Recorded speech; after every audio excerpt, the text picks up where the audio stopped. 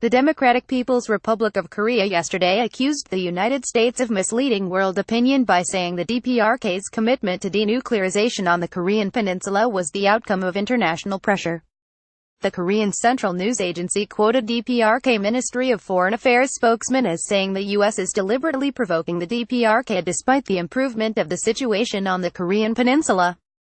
Recently, the U.S. is misleading public opinion, arguing as if the DPRK's clarification of its intention for denuclearization of the Korean peninsula made through the Panmunjom Declaration adopted at the historic North-South Summit is the result of so-called sanctions and pressure, said the spokesman. He slammed the U.S. for saying it would not ease the sanctions and pressure until the DPRK gives up its nuclear weapons completely.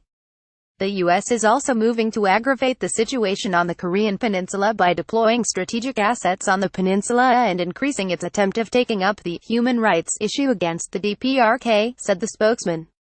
This act cannot be construed otherwise than a dangerous attempt to ruin the hard-won atmosphere of dialogue and bring the situation back to square one.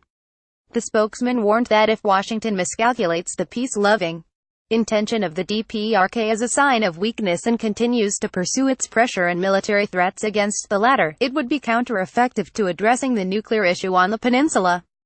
A summit between Kim Jong-un and Donald Trump, the first-ever face-to-face meeting between a North Korean leader and a sitting U.S. president, is due to be announced soon.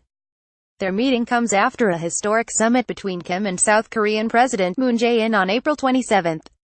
The DPRK and South Korea issued a joint declaration, saying the two sides are committed to the goal of denuclearization on the Korean peninsula.